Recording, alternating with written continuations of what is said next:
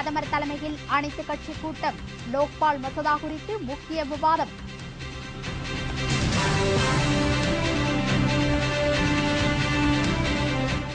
மின்சார பிரச்சினை இப்போதைக்கு தீராது. அடுத்த 10 ஆண்டுகள் பொறுத்திருக்க வேண்டும் என ஜெயலலிதா திடீர் அறிவிப்பு.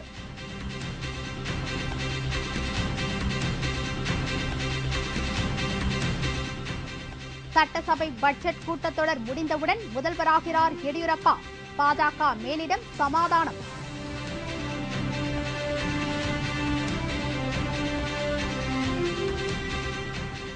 ஏர் இந்தியா விமான பணியாளர்கள் காலவரையற்ற வேலைநிறுத்தம் அறிவிப்பு. சம்பளம் மற்றும் நிலுவைத் தொகை உடனடியாக வழங்க கோரிக்கை.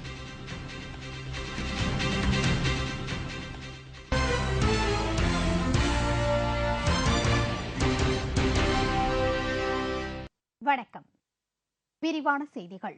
நாடாளுமன்றத்தில் லோக்பால் மசோதாவை நிறைவேற்றுவது குறித்து பிரதமர் தலைமையில் அனைத்துக் கட்சி கூட்டம் நடைபெற்று வருகிறது. லோக்பால் மசோதாவில் ஒருமித்த கருத்தை ஏற்படுத்துவது தொடர்பான கூட்டத்திற்கு அனைத்துக் கட்சி தலைவர்களுக்கும் பிரதமர் மன்மோகன் சிங் அழைப்பு விடுத்திருந்தார். நாடாளுமன்றத்தின் மைய மண்டபத்தில் பிரதமர் மன்மோகன் சிங் தலைமையில் அனைத்துக் கட்சி கூட்டம் தொடங்கியுள்ளது. காங்கிரஸ் தலைவர் சோனியா காந்தி, பாஜக மூத்த தலைவர் அத்வானி, எதிர்க்கட்சித் தலைவர் சுஷ்மா ஸ்வராஜ் உள்ளிட்ட அனைத்துக் கட்சி தலைவர்களும் கூட்டத்தில் பங்கேற்றுள்ளனர். கூட்டத்தில் லோக்பால் மசோதாவில் திருத்தங்கள் மேற்கொள்வது பற்றி பாரதிய ஜனதா கட்சி சார்பில் பல்வேறு கருத்துகள் முன்வைக்கப்பட்டதாக தெரிகிறது.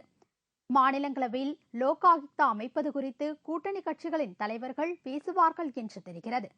மாநிலங்களவையில் ஐக்கிய முற்போக்கு கூட்டணி அரசுக்கு பெரும்பான்மை இல்லாததால் இன்றைய கூட்டத்தில் ஒருமித்த கருத்து ஏற்பட்டால் மட்டுமே லோக்பால் மசோதா நிறைவேற்றப்படும்.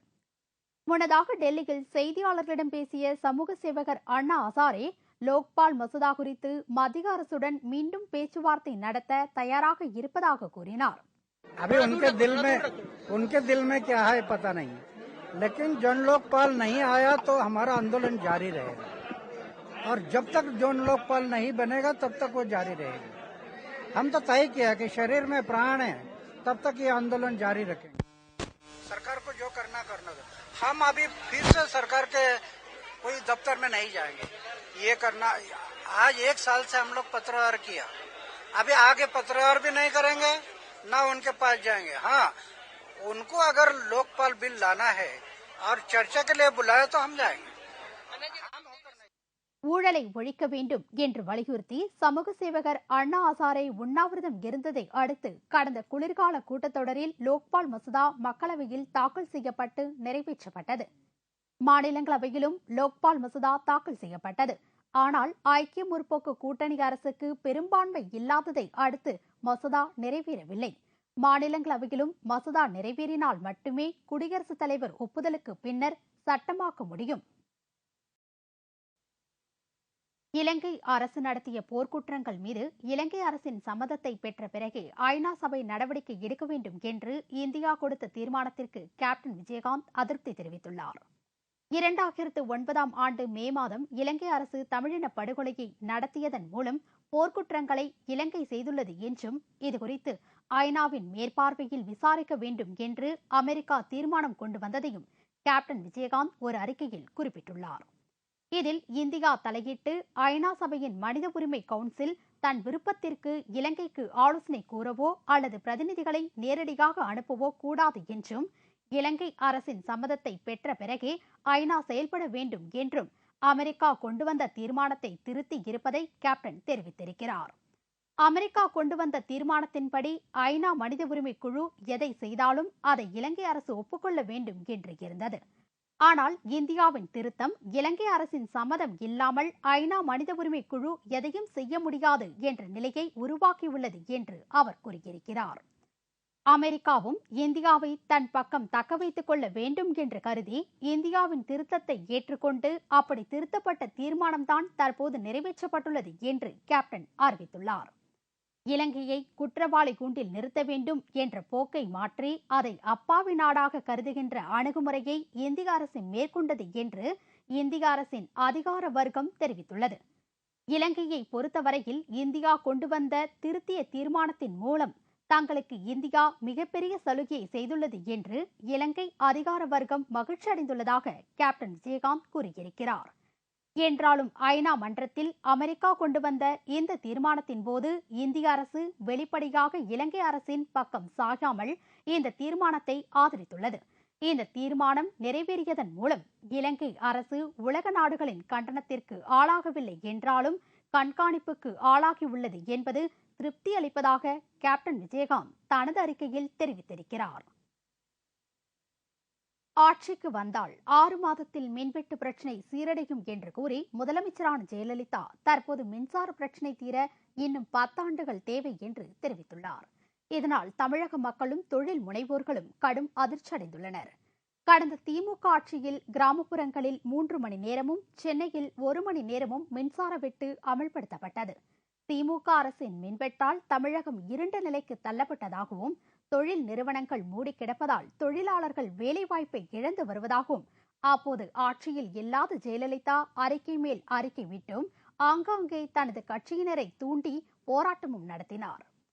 இதைத் தொடர்ந்து சட்டமன்ற தேர்தல் பிரச்சாரத்தின் போது திமுக அரசின் 5 ஆண்டு கால சாதனை மின்சார வெட்டை தவிர வேறொன்றும் இல்லை என ஜெயலலிதா குற்றம் சாட்டினார்.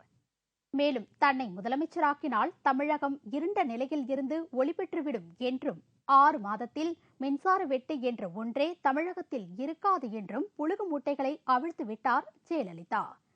தேசிய முற்போக்கு திராவிட கழகம் உள்ளிட்ட கூட்டணி கட்சிகளின் தயவோடு ஆட்சி கட்டிலில் அமர்ந்த ஜெயலலிதா மின்சார பிரச்சினையை தீர்க்க எந்த திட்டத்தையும் அவர் வகுக்கவில்லை.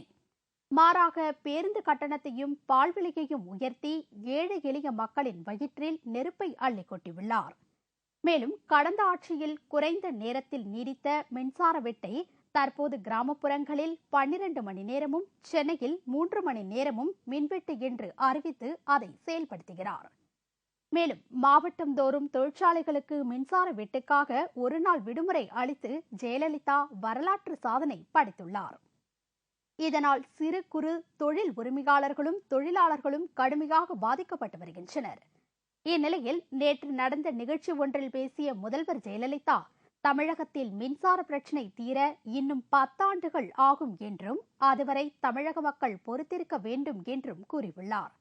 ஜெயலலிதாவின் பேச்சை கேட்டு தமிழக மக்கள் கடும் அதிர்ச்சி அடைந்துள்ளனர். கர்நாடக சட்டப்பேரவை பட்ஜெட் கூட்டத்தொடர் முடிவடைந்த பின்னரே முதலமைச்சரை மாற்றுவது என டெல்லி பாஜக மேலிடம் திட்டமிட்டுள்ளதாக தகவல் வெளியாகியுள்ளது. சுரங்க முறைகேடு தொடர்பாக கர்நாடக லோக் ஆயுக்தா நீதிமன்றம் கடந்த ஆண்டு ஜூலை மாதம் எடியூரப்பா மீது வழக்கு பதிவு செய்தது. இதையடுத்தே அவர் முதலமைச்சர் பதவியில் இருந்து விலக நேரிட்டது. அவர் மீதான சுரங்க முறைகேடு புகார் தொடர்பான முதல் தகவல் அறிக்கையை அண்மையில் கர்நாடக உயர்நீதிமன்றம் தள்ளுபடி செய்துவிட்டது. எனவே மீண்டும் எடியூரப்பாவுக்கு முதலமைச்சர் நாற்காலி மீது ஆசை வந்துள்ளது. இதையடுத்து தலைமைக்கு அவர் நெருக்கடி கொடுத்தார். நெருக்கடிக்கு தீர்வு காண எடியூரப்பா சதானந்த கவுடா இருவரையும் பாஜக மேலிடம் டெல்லி வரும்படி அழைப்பு விடுத்துள்ளது. இதையடுத்தே கர்நாடக அரசியல் புயல் தற்போது டெல்லியில் மையம் கொண்டுள்ளது. முதலமைச்சர் சதானந்த கவுடா எடியூரப்பா ஆகிய இருவரும் அடுத்தடுத்து பாஜக மூத்த தலைவர்கள் அத்வானி சுஷ்மா ஸ்வராஜ் உள்ளிட்டோரை சந்தித்து பேசினர். இருவரிடம் நடத்திய ஆலோசனைக்கு பின்னர் கர்நாடக சட்டப்பேரவை கூட்டத்தொடர் 30ஆம் தேதி முடிவடைந்த பின்னர் முதலமைச்சரை மாற்றுவது குறித்து முடிவு எடுக்கலாம் என மேலிட தலைவர்கள் திட்டமிட்டுள்ளதாக தகவல் வெளியாகியுள்ளது. டெல்லியில் செய்தியாளர்களிடம் பேசிய முதலமைச்சர் சதானந்த கவுடா தான் பதவி விலகப் போவதில்லை என்றார். முதல்வர் பதவி மாற்றம் என்பதற்கான வாய்ப்பில்லை என்றும் அவர் தெரிவித்தார். Nothing of that has happened. I have not resigned. I am continuing to be Chief Minister. My Nitin Gadkari asked me to. No, wait. Nitin Gadkari told that you will continue as the Chief Minister, and nothing of that sort. Resigning question does not arise at that stage. சட்டப்பேரவை தேர்தலில் வாக்காளர்களை கவர்வதற்காக கட்டப்படாத குடியிருப்புகளை தயாராக இருப்பதாக கூறி ஏமாற்றியதாக டெல்லி லோக் ஆயுக்தா நீதிமன்றம் முதலமைச்சர் ஷீலா தீட்சித் மீது பரபரப்பு குற்றச்சாட்டை கூறியுள்ளது. கடந்த 2009ஆம் ஆண்டு நவம்பர் மாதம் டெல்லி லோக் ஆயுக்தா நீதிமன்றத்திடம் அளிக்கப்பட்ட புகாரில் ராஜீவ் ரத்தன் ஆவாஸ் யோஜனா திட்டத்தின் கீழ் 60,000 வீடுகள் கட்டப்பட்டிருப்பதாக டெல்லி முதலமைச்சர் ஷீலா தீட்சித் படம் போட்ட விளம்பரத்தில் சுட்டிக்காட்டியிருந்தது. கட்டப்பட்ட வீடுகள் ஏழைகளுக்கு வழங்கப்படும் என்றும் துண்டு பிரசுரத்தில் முதலமைச்சர் உறுதி அளித்ததாகவும் புகாரில் தெரிவிக்கப்பட்டிருந்தது. இதன் மூலம் கட்டப்படாத வீடுகள் கட்டப்பட்டிருப்பதாக தவறான வாக்குறுதி கூறி மக்களை ஏமாற்றிவிட்டதாக கூறப்பட்டது. இந்த குற்றச்சாட்டை மறுத்த ஷீலா தீட்சித் தனக்கு எதிராக பாரதிய ஜனதா கட்சியினர் வேண்டும் என்றே புகார் தெரிவிப்பதாக கூறினார். இந்நிலையில் லோக் ஆயுக்தா நீதிமன்றம் டெல்லி மாநில துணைநிலை ஆளுநர் தேஜேந்திர கண்ணாவுக்கு அனுப்பியுள்ள அறிக்கையில் 2008ஆம் ஆண்டு தேர்தலில் ஏழை வாக்காளர்களை கவர்வதற்காக விதிமுறைகளை மீறி ஷீலா தீட்சித் மக்களை தவறாக வழிநடத்தியதாக குற்றம் சாட்டப்பட்டுள்ளது.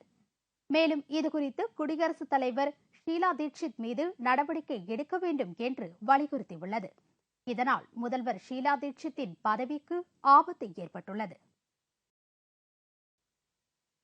சம்பளம் மற்றும் ஊக்கத்தொகை நிலுவையை உடனடியாக வழங்க கோரி ஏர் இந்தியா விமான பணியாளர்கள் ஏப்ரல் 2ஆம் தேதி முதல் காலவரையற்ற வேலை நிறுத்தத்தில் ஈடுபட போவதாக அறிவித்துள்ளனர். அரசு நிறுவனமான ஏர் இந்தியா விமானத்தில் பணியாற்றும் ஊழியர்களுக்கு கடந்த 5 மாதங்களாக சம்பளம் வழங்கவில்லை என கூறப்படுகிறது. நிலுவையில் உள்ள சம்பளத் தொகையை ஏப்ரல் 1ஆம் தேதிக்குள் வழங்கப்படும் என்று விமான நிறுவனம் சார்பில் எழுத்து வடிவில் உறுதியளிக்க வேண்டும் என விமான பணியாளர்கள் கோரிக்கை விடுத்தனர். ஆனால் இந்த கோரிக்கையை ஏர் இந்தியா நிறுவனம் ஏற்கவில்லை. இந்நிலையில் இந்த விவகாரம் தொடர்பாக நேற்று நடந்த பேச்சுவார்த்தை தோல்வியடைந்தது. இதையடுத்து ஏப்ரல் 2ஆம் தேதி முதல் காலவரையற்ற வேலை நிறுத்தத்தில் ஈடுபட போவதாக ஏர் இந்தியா தொழிற்சங்கங்கள் தரப்பில் அறிவிக்கப்பட்டுள்ளது. இதனிடையே செய்தியாளர்களிடம் பேசிய விமான போக்குவரத்து துறை அமைச்சர் அஜித் சிங் விமான பணியாளர்களுடன் மீண்டும் பேச்சுவார்த்தை நடத்தப்படும் என்று கூறினார்.